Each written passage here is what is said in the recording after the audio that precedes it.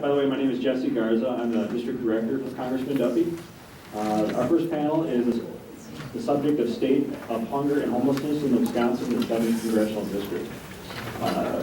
In order to better serve our neighbors who are suffering and from hunger and homelessness, we need to understand the extent of the problem, and we can't fully help our neighbors or solve the problem without building on the basic understanding. Our first speaker today, our first panelist, is Judi Bartfeld. Judi Bartfeld is a co-coordinator of the Wisconsin Food Security Project. Judi is a professor at the School of Human Ecology at the University of Wisconsin-Madison, and involved in a wide range of research projects focusing on hunger and food assistance programs at the local, state, and national level. Warm welcome to Judi.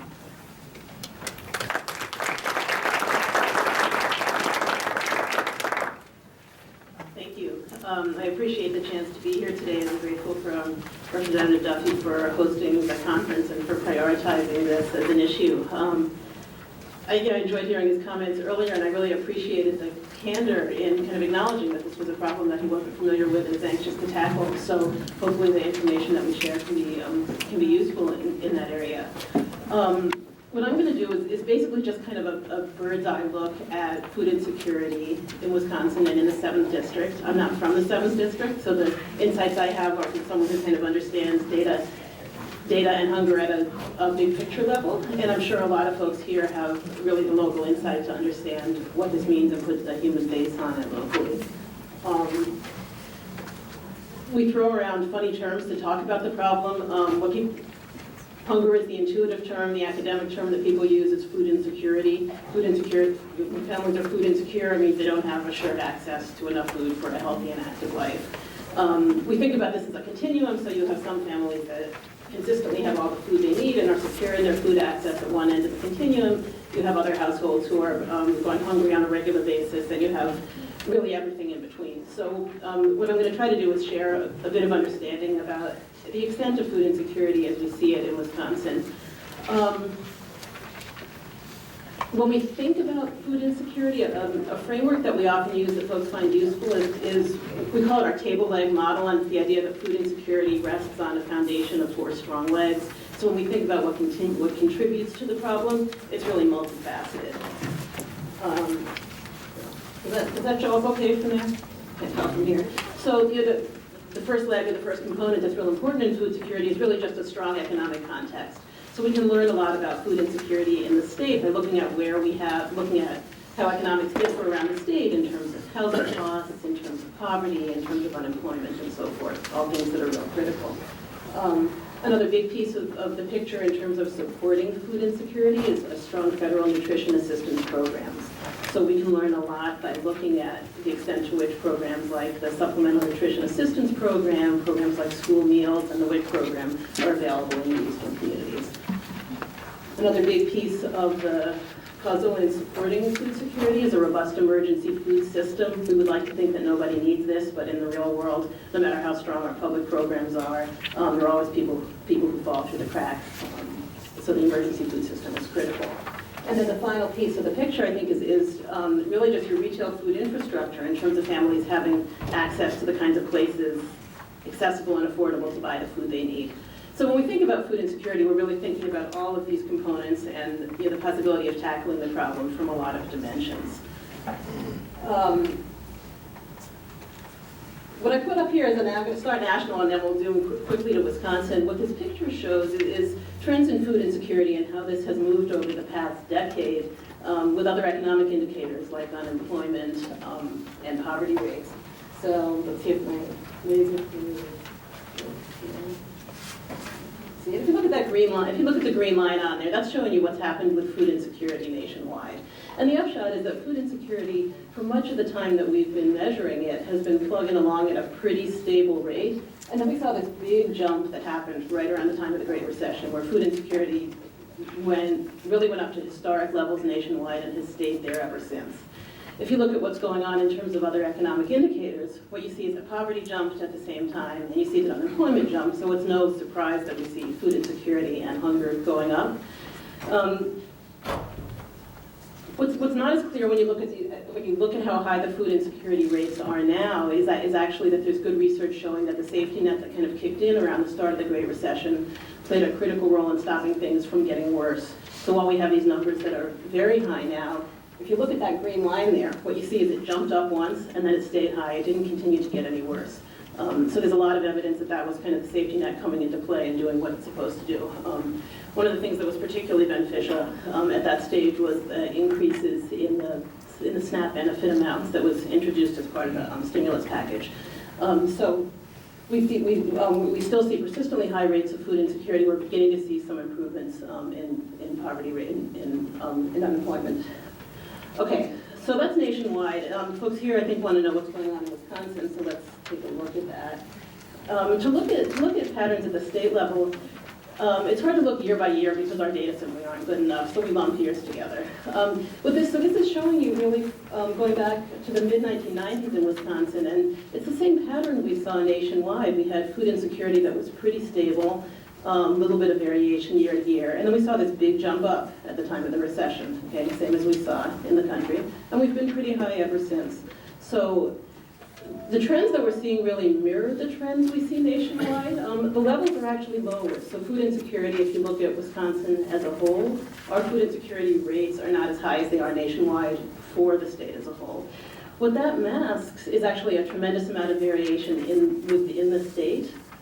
So we can look at a statewide number, but hunger is very much a local issue. So what you see for the state doesn't really tell you anything about what's going on in a particular community. What I have up there is a map of Wisconsin by congressional district, and it shows you a kind of a simplified version of food insecurity. It's what's called a food hardship measure, and it's basically just the share of families that have said that at some point in the past year they didn't have the money to buy the food they needed. So a real quick and dirty way to say how much hunger do we have. The way to look at that is the dark areas are high hunger rates, high food hardship rates, the light areas are lower. One of the interesting things about Wisconsin is that we have some of the very highest rates in the country and some of the very lowest rates in the country, all kind of subsumed within our state average. So if you look at Milwaukee, you see a very dark color. Milwaukee is in the probably top 20% of congressional districts in terms of food hardship. If you look in the 3rd Congressional District, which is that light colored area right surrounding Milwaukee, that's among the very lowest food hardship rates that you'll find anywhere in the country. So the reality is very different depending where you find yourself. If you look in the 7th District, outside of Milwaukee, you'll see that that's among the highest food hardship rates within the state. Okay, so once we take Milwaukee out of the picture, the region here is among the areas that has higher hunger problems. We can try to drill down even further and look at what's going on at the county level. This gets harder because we really don't have good survey data that tells us what's happening county by county. But what we have up there is a measure that Feeding America has created, which is what they call kind of a predicted food insecurity rate. And it says, based on what we know about what contributes to food insecurity, things like poverty, things like high unemployment, things like high housing costs, based on those things, we can look at counties that are at high risk for food insecurity. So this is based on what we know about a county, which the darker areas are the areas that we think are a higher risk for food insecurity. And again, you can see that the 7th District has a pretty high, most of the counties in the 7th District have pretty high predicted food insecurity rates. So this is an area that is at high risk for hunger. So it's not surprising that this is kind of emerging when people talk to folks in the community about what's going on.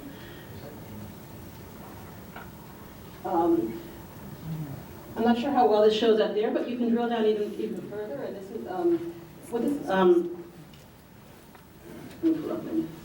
I can't see up there, even though you guys can. Yeah. So what this is showing you is each of those little boxes on there is a school district around the state, and it's showing you the percent of kids in a school district who are eligible for free and reduced price lunch.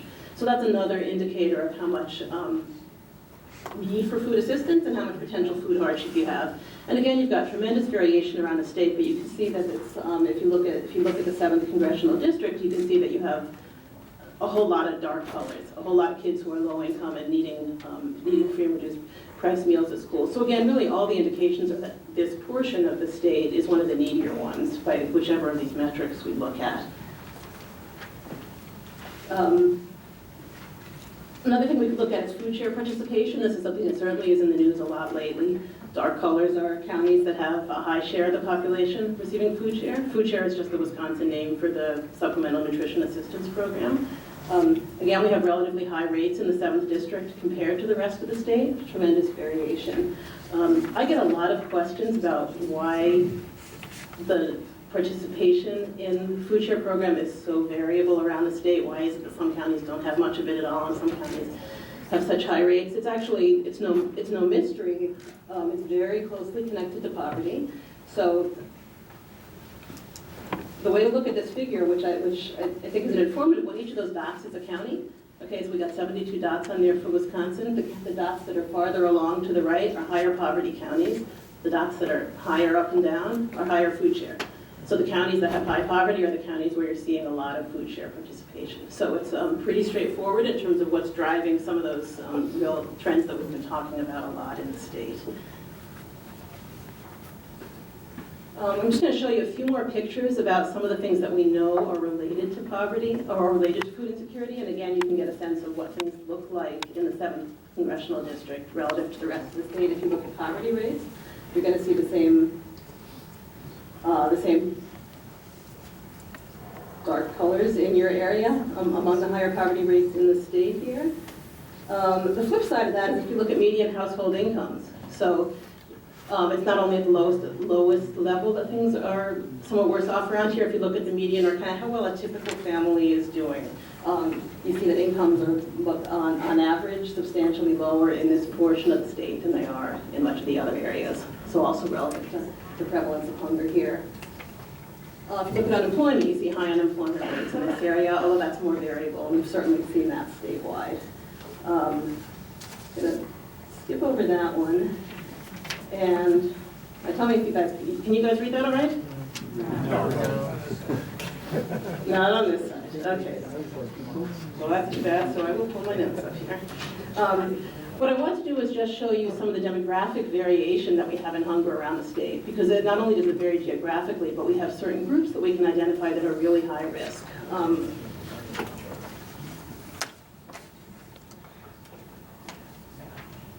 So I can see if I stay close. If you look at the top, if you look at the top two yellow bars up here, they're showing you the difference in hunger and food insecurity rates by citizen and non-citizen households. So you can see that households that have non-citizens have almost twice the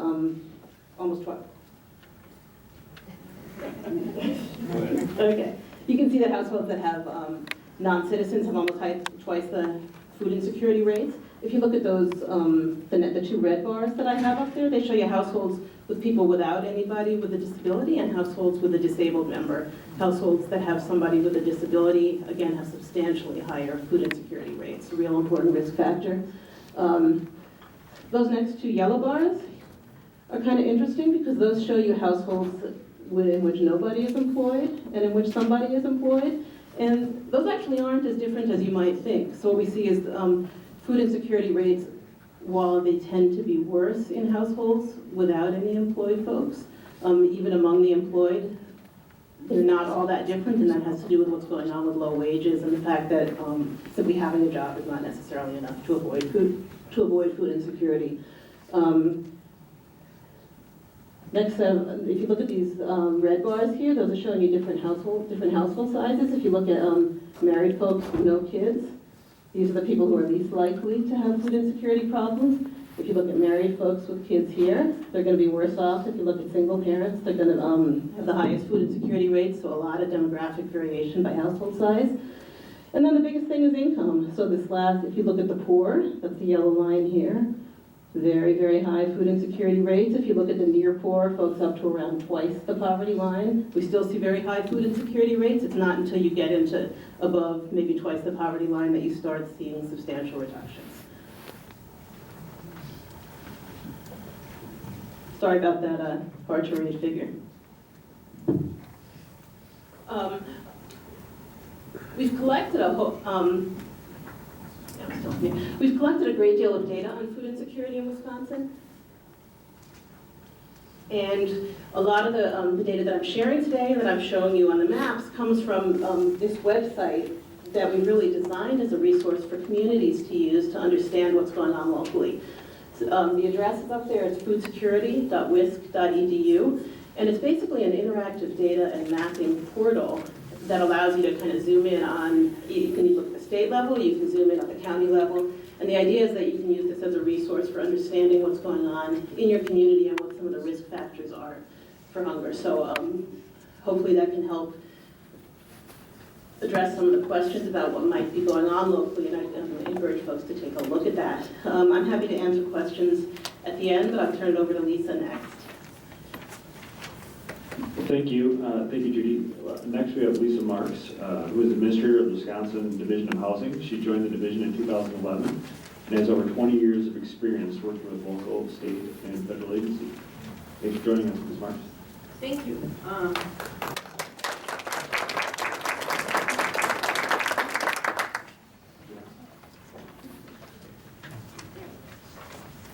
All right, I think I have this now. So before I get started, I think it might be helpful for me to understand exactly who we have in the audience. And so if I can see the number, I've seen the number of our providers, folks who work with the homeless population, but if I could just see a show of hands of how many providers that we have in the audience. Okay. So really, thank you very much. And what that means to me is that I have to be careful not to speak in government acronyms, because I have a lot of folks who are interested in what we do and not necessarily can speak in all of the acronyms. And so if at any point that you find that I'm doing that, feel free to raise your hand so I can make sure that I'm clear, because it is one thing that we have a tendency to do and not realize that we're doing it. Again, my name is Lisa Marks. I'm the Division Administrator. The Division of Housing is located within the Department of Administration at the state of Wisconsin government sort of body. Very exciting. In July of 2011, the Division of Housing became its own entity. In the past, the division was smaller parts of other entities, and so it has really raised its profile and becoming its own division. We are the entity who really funnels through all of the HUD dollars, the Federal Department of Housing and Urban Development dollars, to areas throughout the state, in particular small cities. Because larger urban areas like Milwaukee, Wausau, Eau Claire are called entitlement communities, where a lot of their federal dollars, they deal directly with HUD, and the state doesn't become involved in their projects. We, at the state level, are the Small Cities Program. I'm going to talk really, really briefly about some of the things that we have within our division, and then sort of drill down into our supportive housing bureau. So within the Division of Housing, we have 3 bureaus. The first bureau is new to us. It is a Bureau of Community Development, and 100% of the funds that they have within that bureau are HUD dollars. And it is specifically Community Development Block Grant Funds, otherwise known as CDBG. And it promotes activities specifically to serve low to moderate income individuals and those communities that they live in. And so we support programs for public infrastructure, sewer, water, activities for planning, how do we need to grow that particular area? Is there a topic that we need to help a municipality with? These funds can only be distributed to units of general local government, otherwise known as cities, towns, villages, counties. We also promote economic development. So we work with a local municipality who has a business who wants to either expand, build, or support low to moderate income jobs in that area. We also have the Bureau of Affordable Housing. Within this bureau, we have multiple streams of funding, again, all from HUD.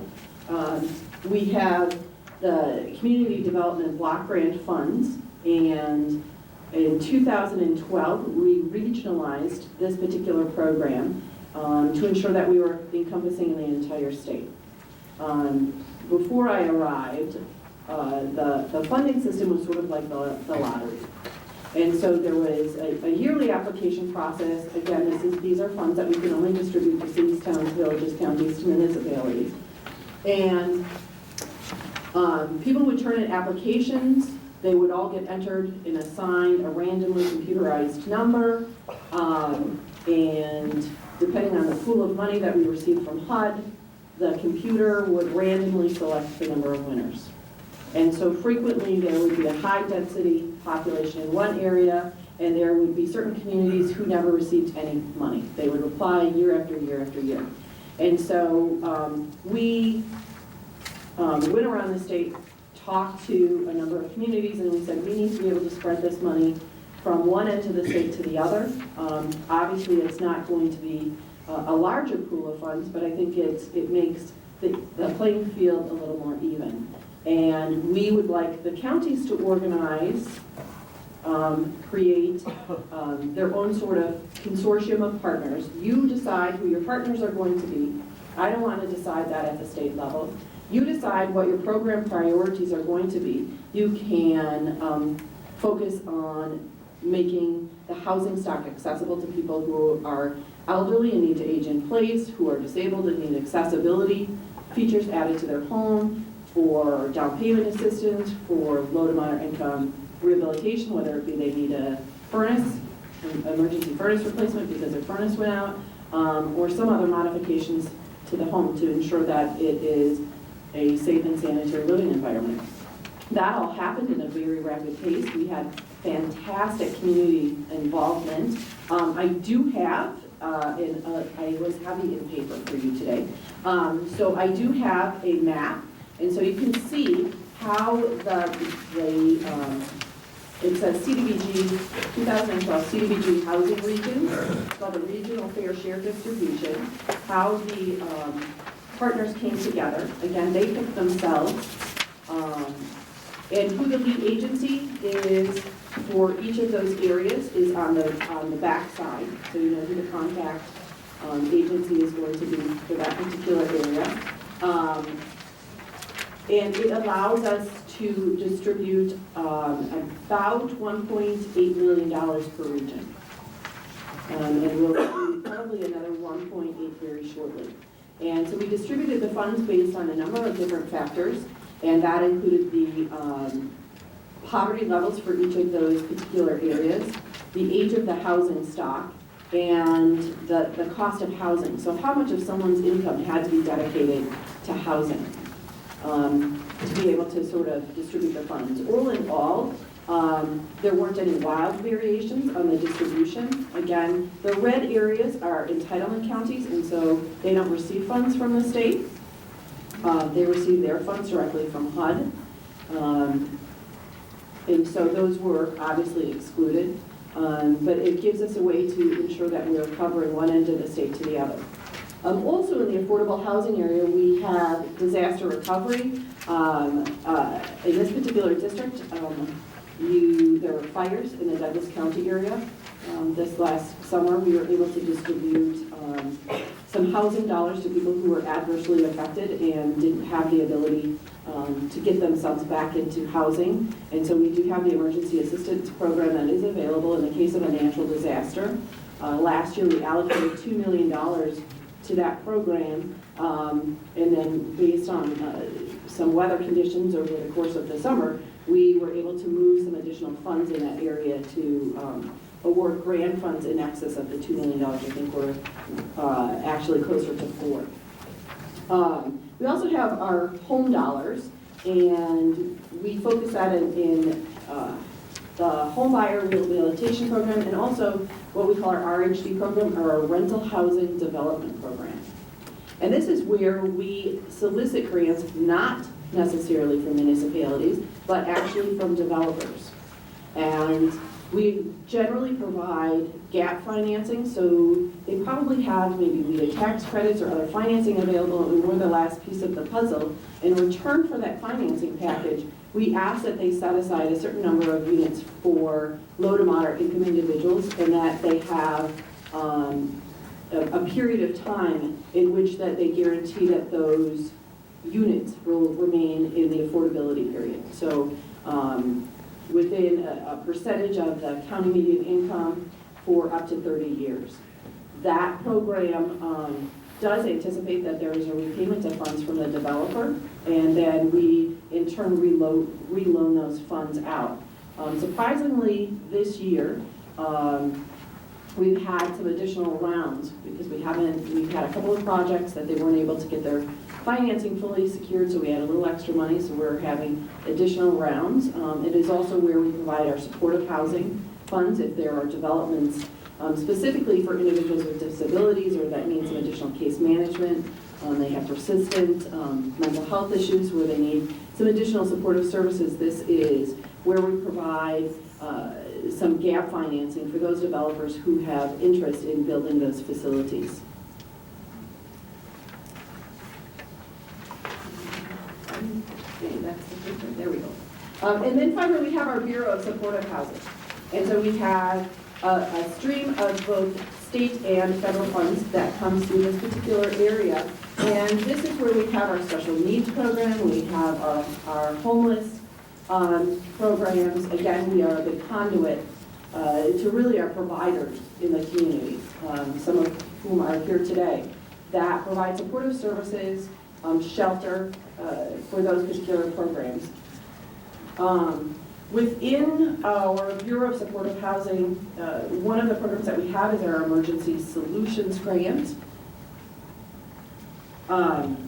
The ESG, or the Emergency Solution Grants, makes funds available for conversion of buildings to use as an emergency shelter for the homeless, street outreach,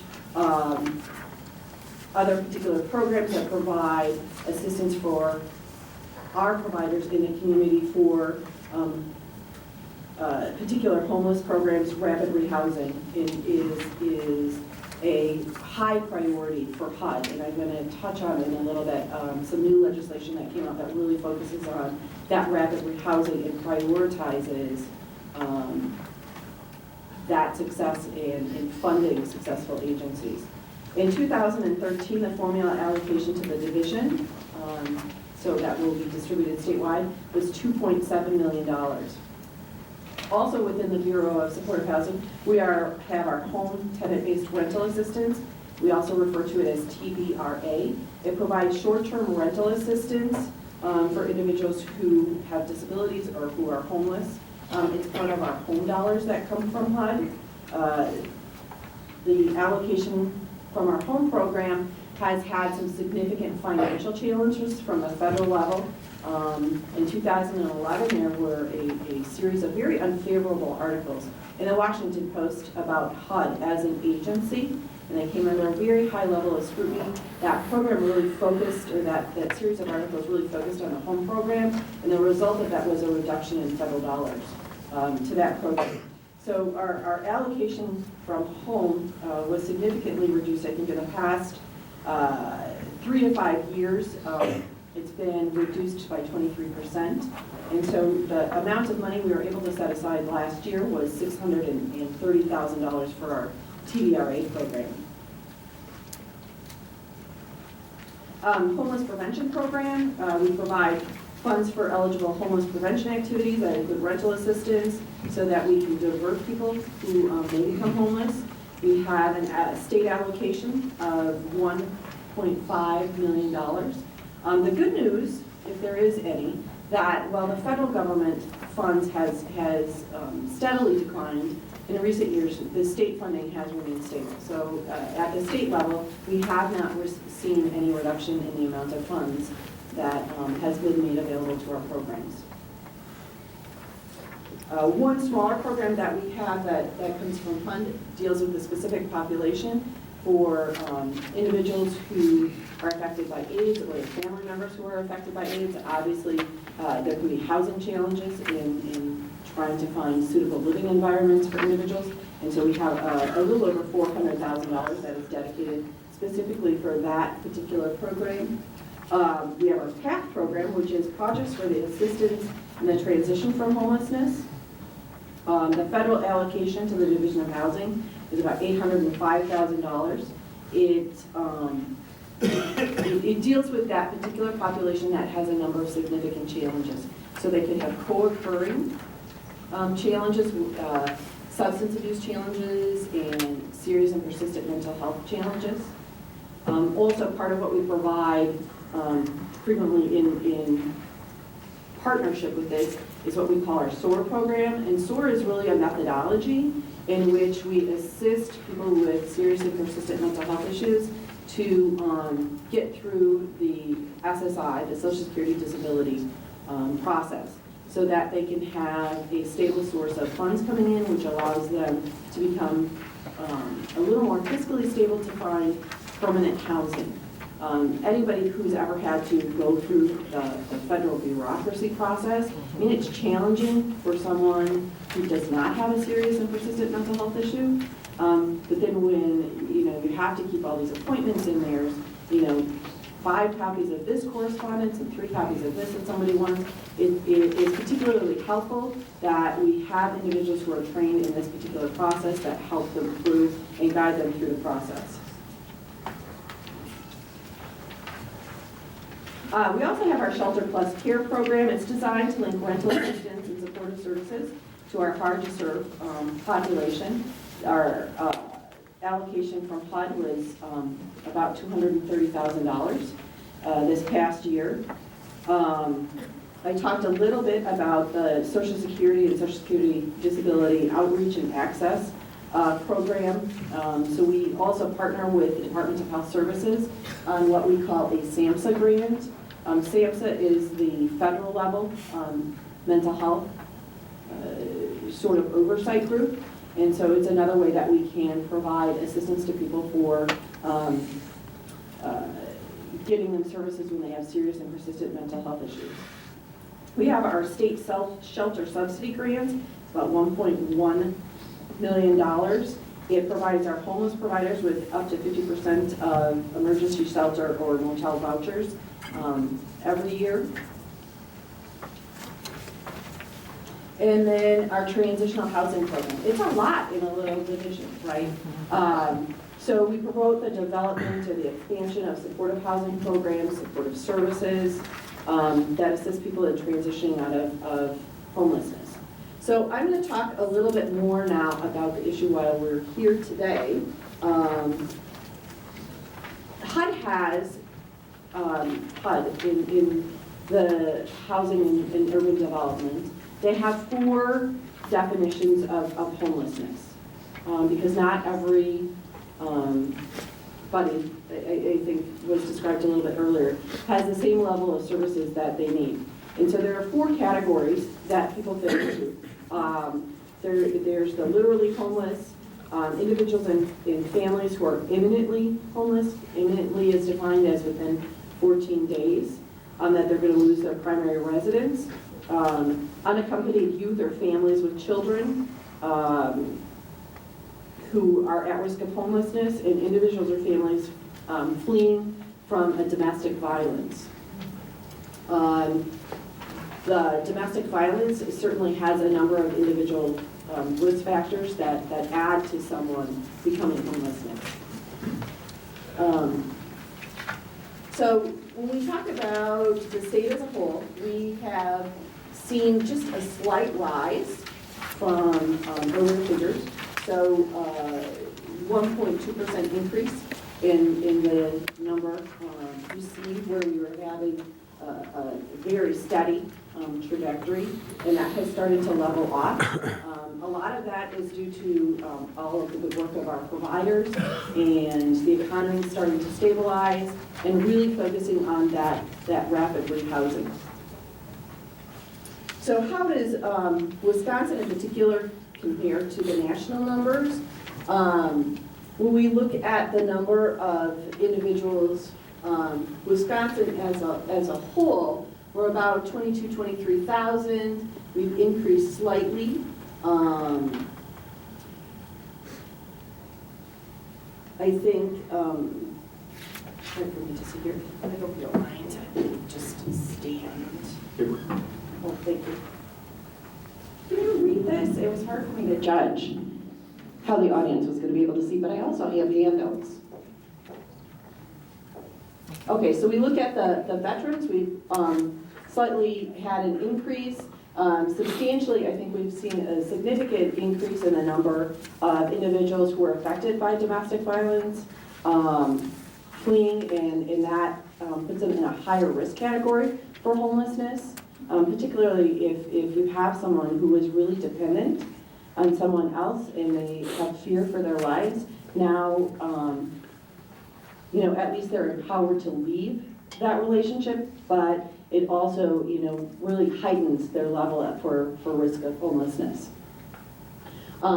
Singles has stayed particularly even, and there has been also an increase in the number of children and a slight increase in the number of families who are at risk of homelessness.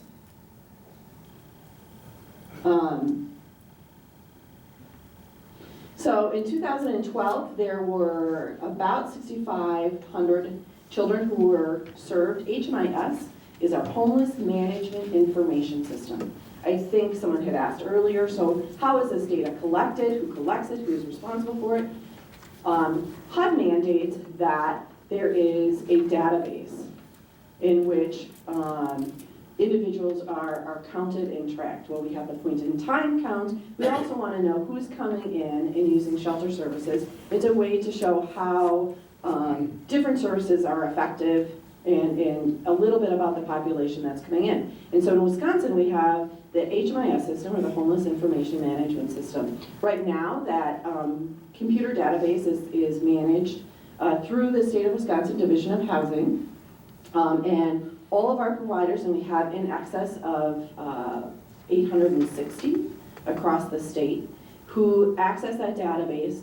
And so when someone comes in, there is a process that they record information into that system that tells us a little bit about what's going on and some data figures about their families.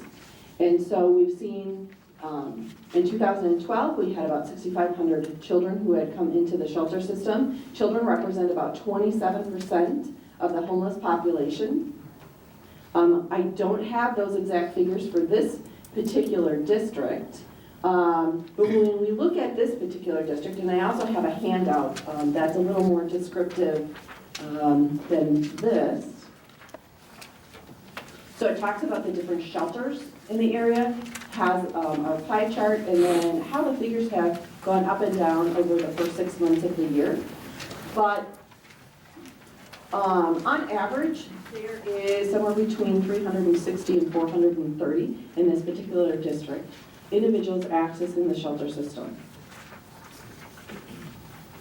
And so when we count, besides our point in time count, where we go out and look at what the particular homeless population is, when we look into our database, we pick a constant. So the last Wednesday of a particular month is when we look at how our data providers are entering data. And so on June 26th, the number of people in shelter, motels, or transitional housing, again, because if you're in a rural area, you don't always have shelters. If you're in Phillips, Wisconsin, there isn't necessarily a shelter there. So a motel voucher may be what's available to you. So 99 individuals were sheltered, and 330 who were in a family situation. And so, while I don't have the particular numbers for how many children, you're not going to be in a family necessarily without children. So you can sort of take that as a subset of what the population looks like. And so I talked a little bit about changes at the federal level, and the HEARTH legislation has been enacted.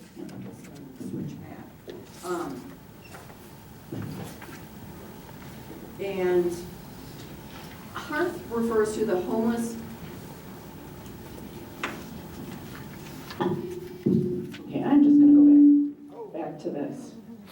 So HEARTH refers to the Homeless Emergency Assisted and Rapid Transition to Housing Act.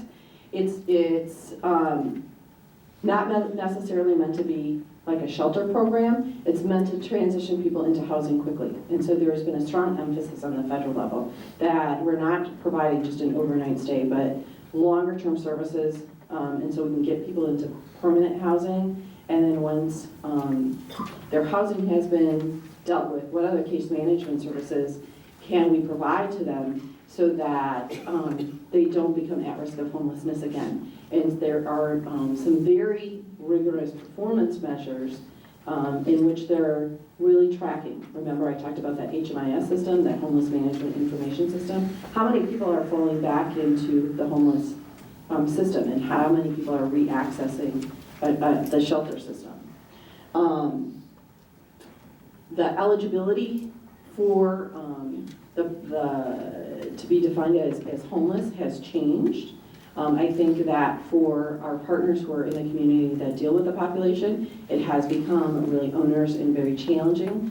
We've spent a lot of time sort of picking through really the good intent of everything that comes down from Washington and try to make sure that it's applicable to what we need to do here in Wisconsin and how best to interpret and put that forward. The rules under the HARP legislation are very prescriptive, and so the division, to the best that it can, we try to ensure that there is more local input and local control, and that people can design programs that specifically meet the needs of their area, their community, because what is needed in a rural community isn't always what is needed in a more urban setting, right? And so to the extent that HARP continues to allow us to do that, the division is working towards that. Again, really hard and fast focus on the rapid rehousing, the assessment, the coordinated assessment. Again, particularly challenging when you're in this district. In the southeastern area, particularly like Milwaukee, Waukesha County, they have a 211 system. And so if you're in crisis, and it could be, I don't have any food, I don't have any childcare, I have an elder parent, they have a 211 line, which is a reference to social services. The nearest 211 line for this particular district is in the Twin Cities. No, it's not. Duluth? Right here in Wausau. Wausau. Okay, I'm sorry. Thank you for correcting me. Excellent. I'm sorry, I stand corrected. So. St. Croix County, we are next. Oh, I'm sorry. It's not all the same. It's not all the same. So it's not contiguous for this district.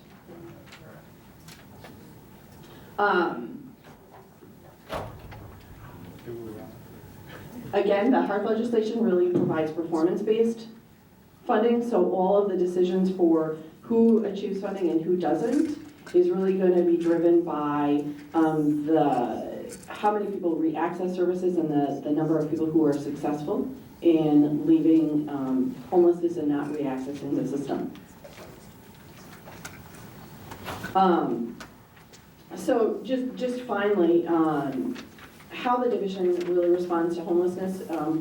We have been able to continue a steady stream of funding at the state level. To the point that we can, we ensure that the funding is split in thirds throughout the state, with the rural area of the state getting 1/3 of funding. Over the last couple of years, we have dedicated staff in our homeless area, one to Green Bay and one to the Eau Claire area. We allow as much flexibility as possible to ensure that, again, a local program can be decide what their needs are and what is going to be successful for them, in acknowledging the particular challenges that any area faces. And then one last item that I just want to touch on, I also had a handout which talks about the division's annual action plan. And that is our plan to HUD for how we intend to spend our HUD dollars. And every year that annual action plan is put together based on input from the community. And our open time for input starts this Friday. And so this is an opportune time for you to take a look at how the division intends to look at our resources next year and how we plan to allocate those resources. Look at the overview. I've included, we're in the midst of a website transition, And so there's two websites. One will be available on Friday and one will be available shortly after January. So I wanted to make sure that you had both of them. We really encourage public comment. I think earlier there was a discussion about there's not going to be a silver bullet today. And I think that everyone who is here today really, this is the silver bullet. Because without the community input, there is no holistic solution. I think that it doesn't just take a homeless provider, it just doesn't take government, it takes everyone coming together and figuring out what particular solution works for our area. Thank you.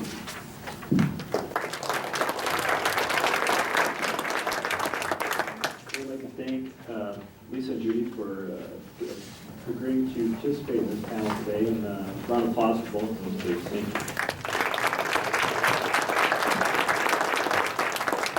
Nathan Schwann will be handing out a microphone, so if you have questions, please raise your hand and he will bring it to you so everybody can hear the question that's being asked.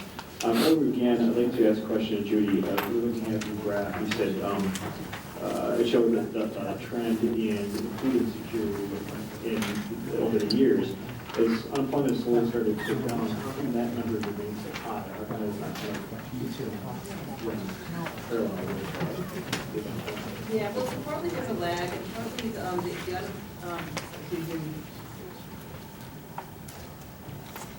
I think what happened with this recession is that the unemployment went deeper into the population and lasted longer. So even as we begin to see some of the numbers start to come down a little bit, unemployment rates are still at very high levels. As families begin to go back to work, what we see then is the assistance safety net kind of phasing out. So there's a bit of a trade-off for some people in terms of moving back to work, but still being at kind of a marginal level. We're still seeing very low wages in much of the case. So what we see is that even folks who are going back to work are not necessarily working at jobs that are at high enough wages to actually take them out of food insecurity. So a lot of food insecurity among the working poor. One other question for Lisa. The housing issue. Is there energy efficiency programs? So when somebody's trying to maintain sustainable life after they're transitioning into a new home, is there an education program? Is there a plan for people that, in this state, this district, it gets very cold in the winter, it gets very warm in the summer, to help them budget for when they come to these services and they're having to maintain their cost of utility? Energy efficiency, we frequently partner with the Division of Energy, which is another division within the Department of Administration, so that when we go into a household, we holistically look at what improvements can we make.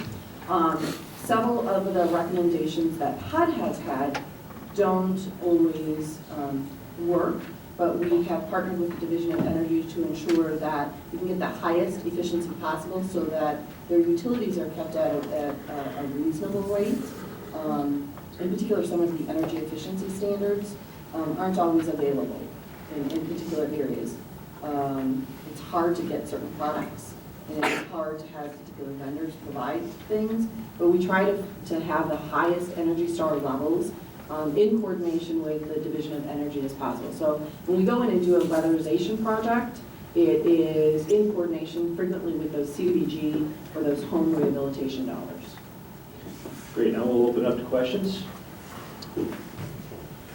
Hi, we have the 211 down in our area as well. I work a volunteer position with the Salvation Army as a voucher writer, so that, and we've just redefined actually what we will or will not cover, because we were having a lot of this, people coming in saying, oh, I didn't know you existed. The next thing you know, we have 10 people who all come in for the same thing. So we've had to redefine what we would or would not spend these crisis funds on. Specifically, they had to be for crisis purposes. But they would call 211, 211 would send them to the Department of Health and Human Services, who would then send them on to me for whatever they could or could not, because they fell out of the criteria. And then they would send them to me, and I would not be able to help in the vast majority of the cases. But one of the things that I wanted to know was why Is there any program for taking some of these homes that have been abandoned or foreclosed and developing them in such a way into these local rural areas, and developing them so that when we have a crisis, we have somebody who comes in and just doesn't have anywhere to go, that there is this place available? Because in our county, we have one homeless house for one family at a given time. That's it. I think those are really good comments and a really good question. When we look at the number of foreclosed houses and sort of what the programs are that has encompassed, how to deal with the foreclosure crisis and the abandoned homes, a lot of the funds that became available were really focused on more metropolitan and more urban areas. In particular, HUD had a program that was called the Neighborhood Stabilization Program, and it really focused on more urban-like settings. So urban like Rock County, Janesville, Beloit, Milwaukee, not necessarily the more rural areas. The Community Development Block Grant Program strived to do some of that in ensuring that if we had someone available, that again, if the age of the housing stock, if we have could become available. It's not necessarily dedicated if that's going to be a shelter, but I certainly think that's some opportunity that we maybe need to look for going into the future. Next question. This question is in regard to the food stamp program. Do you see in the future kind of remodeling of what kind of foods can be purchased with food stamps? Last 10 years of my career was in public health. I do know that WIC has much more stringent guidelines as far as what kinds of cereals, juices, et cetera, that they can buy with WIC coupons. However, I have watched in the grocery store what types of food are bought with food stamps, and it's very disturbing to me. I don't see bags of oranges or potatoes or carrots or anything like that. I see a lot of Mountain Dew and a lot of Pepsi. And if, as a taxpayer, if I'm helping subsidize their food, I think they should be buying healthy food. I'm working on a project in a grocery store where we are identifying healthy picks of food, and I just put in 2 spreadsheets of breads and crackers. So they're out there. And we're going to identify them by bright green dots by the product. But do you see that coming down? Yeah, no, that's a really good question, and that's one of the most controversial things around policy in the SNAP program, the old food stamp program. I don't know that I can predict what will happen. I will say there's pretty strong opinion on both sides, and there's good arguments on both sides. I think the big challenge people have with this, this idea. I think it's a really common reaction, that if I'm subsidizing it, why should it be bad food? There are many ways, though, in which it's complicated to put that into practice is one of the problems. So it's a lot easier to kind of sit here and say they shouldn't be drinking the Mountain Dew than it is to say, well, then what's on the okay list and what isn't. So it's even if you believe that's the way the policy should go, it's a really hard one to put in practice. It's hard to design it. It's also hard at the store level to implement it. So you end up with added costs for stores in terms of setting up the systems to kind of track what people are spending and so forth. But then there's this bigger issue, and that's that if you look at most of the research, the folks who are getting food stamps or SNAP, as it turns out, are eating a lot like the rest of the people who are on fairly constrained incomes. So there's a real dispute as to whether the solution is to try to change the eating habits of a particular portion of the population versus thinking more broadly about what do we do about a society that has very unhealthy eating habits. It is the most effective way, even if your target is the population of folks receiving SNAP, is the best way to do something about their eating habits, to focus on them narrowly in a way that might potentially be very stigmatizing, or to think how we can change habits so that, if everybody actually changes how they eat and is healthier. So I mean, I think those are the tensions. I will say about WIC that it's harder for stores, and there's lower uptake and there's lower use of the vouchers among people because it's confusing. It's confusing for the people on how to use it, so it's kind of this trade-off in making sure that you get some kind of resources to people versus trying to make sure you get them the healthiest things. The other thing I'll say is that over the past couple of summers, there's been a USDA pilot program where they were basically trying to expand summer food, expand ways of getting food in the summer to kids in areas where there isn't necessarily summer meal programs available. And they kind of tested out two models of doing this pilot program. One is where they gave families who received free or reduced price meals during the school year, they gave them food stamp-like vouchers for the summer, so they basically gave them the EBT card that they could use like food stamps. And they tried another model where they, for the same people, gave them kind of a WIC-type program where they had to buy only WIC-approved foods in stores that had those available. And then they measured how effective both these models were in reducing hunger and food insecurity, and they found that the less structured program, the food stamp-like program, was more effective at reducing food insecurity because the families were more likely to use their benefits and then report less hunger. So I think it's a trade-off. So as we ask questions, can we have, please state your name and if you represent an organization, to state that organization as well. Thank you. Hi, my name is Mark Lafferty. I'm a clergy in Marshfield. And I just want to say thank you to the presenters and for the work you do in helping people in need. I really appreciate that.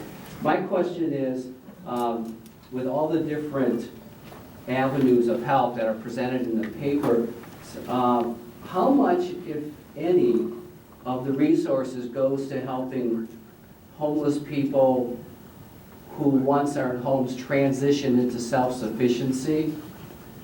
And how successful is that, if it isn't objective at all? Is there any data on how many people who not only come into the programs, but actually are able to leave the programs towards self-sufficiency?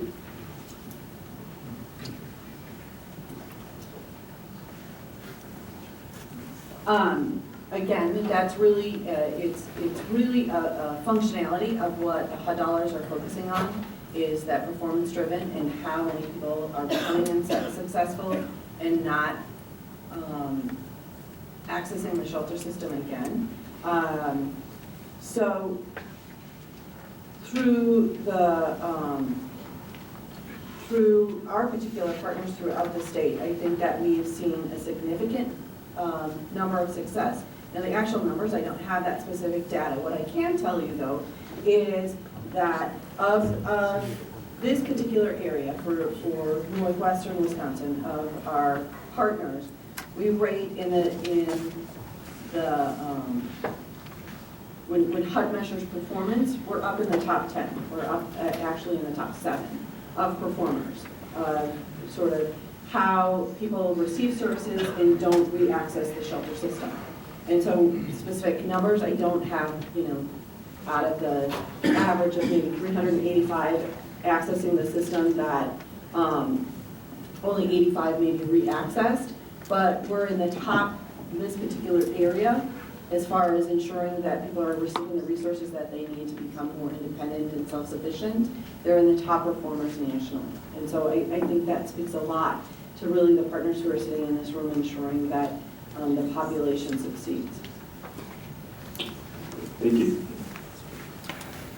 Hi, my name is Carl. I'm a pastor in Jackson County. Judy, I was just wondering, those charts and maps that you were showing, are those available on that website, or is there a source for those? Yeah, you can actually make them on the website. It's interactive. Okay. So it's a lot of different data in there, and you can look at different levels of detail. So we encourage folks to take a look at that. Thank you. Thank you. Next question.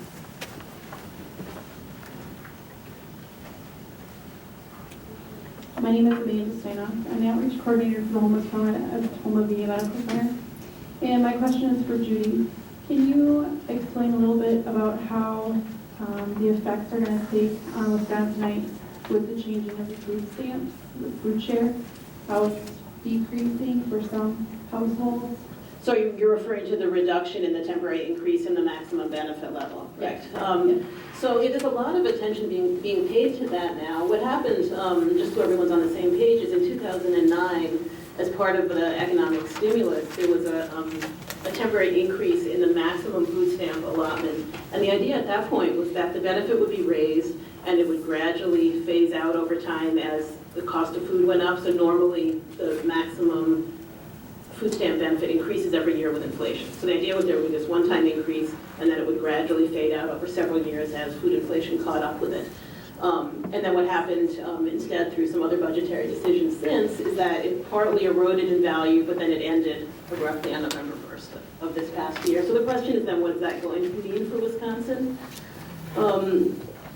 There's actually pretty good research that came out of the USDA that shows two things, which together I think lead to some concern about what this is going to mean, both in Wisconsin and elsewhere. So one piece of this research basically looked at what happened when that increase kicked in. And what they found is that temporary increase was really associated with a decrease in what we would have otherwise seen in child hunger. So that temporary increase was really beneficial in preventing things from getting even worse. So it's hard to, when you see those levels that are both so high, it's hard to think they were doing well, but the research suggests, first of all, that increase stopped things from getting worse. And then secondly, if you think that there were then several years where the value of that went down implicitly as food costs went up, that decline over several years was associated with an increase in child hunger. So kind of putting those together, there's really pretty solid evidence that that temporary hike was beneficial and that taking it away will then lead to concurrent increases in child hunger. I think we're not going to be able to tell you this on a research basis for a couple years until there's data, but in terms of the way it's played out up until now, that's the prediction, yeah. Next question, please. Thank you. My name is John Durham. I'm on the Marathon County Board of Supervisors. This question is for Lisa. I'm trying to get a handle on your division of housing. Roughly how many employees, just a round figure, what's the federal and state breakdown for funding? And then I have a question related to page 6 of your handout. Sure. So in total, we have 35 positions, and we have actual staff right now. We have 31. The federal money that comes from HUD in total is about 45,000 or 45 million, excuse me, dollars. But that streams across multiple programs. So that includes our home program, CDBG. And then HUD also has particular programs in which they fund entitlements and the actual continuum of care providers. So the state level is about 10 million. That some of it is dedicated match money that we have to provide as federal match to some of those federal dollars that come in, and some is particular to programs like the tenant-based rental assistance and the state's shelter subsidy program. Relating to page 6, I noticed that about 10% of homelessness is caused by domestic violence, which increased about 18% according to 2012 statistics. So I'm wondering, that has got to be a concern. So what would you attribute that to, and how would you deal with something like that that is an incipient problem? Thank you.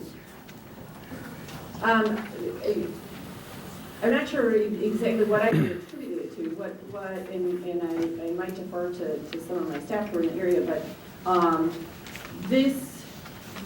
there was an unfortunate incident in the Waukesha County area in which someone, ex-husband went in and tracked down his wife at her place of employment. What I noticed after that point in time, that we started to see a spike. And so people became much more aware of the services and the danger that they're living in. And that there are other places that maybe they need to go to live in a safe environment. But when you take that first step, again, your risk factor for homelessness definitely increases. I think that has been a definite concern statewide, and so you've seen a number of initiatives out of the state legislature for providing additional funds to domestic violence shelters across the state. I think that process continues to move through the legislature to see what additional resources can be provided to domestic violence shelters and really ensuring that resources are available to individuals and their children who are at risk. Thank you. My name is Bob Mott on the Oneida County Board of Supervisors for Judi.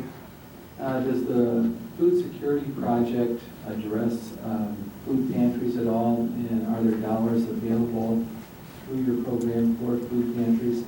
Well, so what the Wisconsin Food Security Project is basically a source of data. So we don't provide funds for anything. We do try to in the context of providing data and mapping the resources in the state, we try to keep as up to date a list as we can of where food pantries are, so that when you're looking at what's going on in the state, you can look at where food pantries are relative to hardship. But we don't do funding of programs.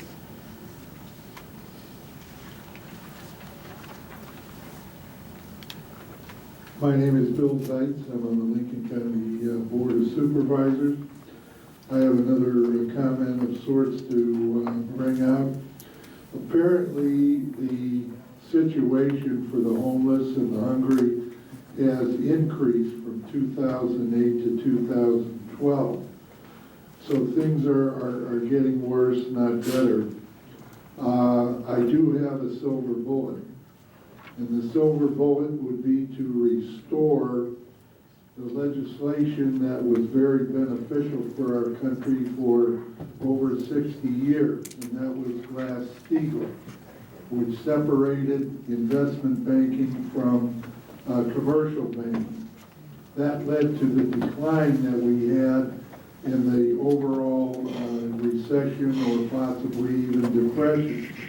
If we restore Glass-Steagall, we can take the $85 billion a month that the Federal Reserve is giving to their certain banks and give it to these programs that need it, and we could then restore the situation in the country that we're facing. So I would urge everyone to ask Congressman Duffy to support H.R. 129, which restores Glass-Steagall to our banking regulations in this country. Thank you. We have time for maybe two more questions.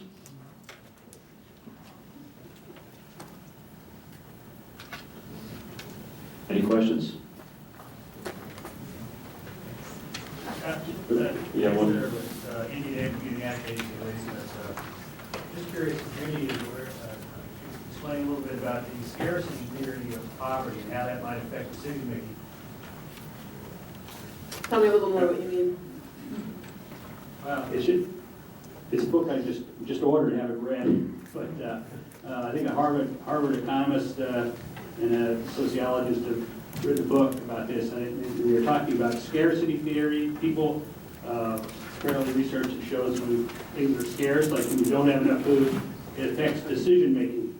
Right. Okay, so your question is what if the way people behave when they're living in conditions of scarcity and hardship affects hunger. So I mean, certainly there's a lot of speculation about how that affects people's eating behavior. We know, like, for instance, when folks have uncertain access to food, there's a tendency to spend all your food stamps at the beginning of the month. You stock up, you eat when you can, and there's much more focus on immediate needs. So I think, as to whether that's scarcity theory and people behaving in a particular way, or simply the money doesn't go far enough, so you're going to use it at the beginning of the month and you run out by the end. I haven't read the book, so I can't tell you the specifics of what they're talking about. If there are no further questions, we will be breaking here. I want to say thank you to Lisa and Judi for participating in this panel.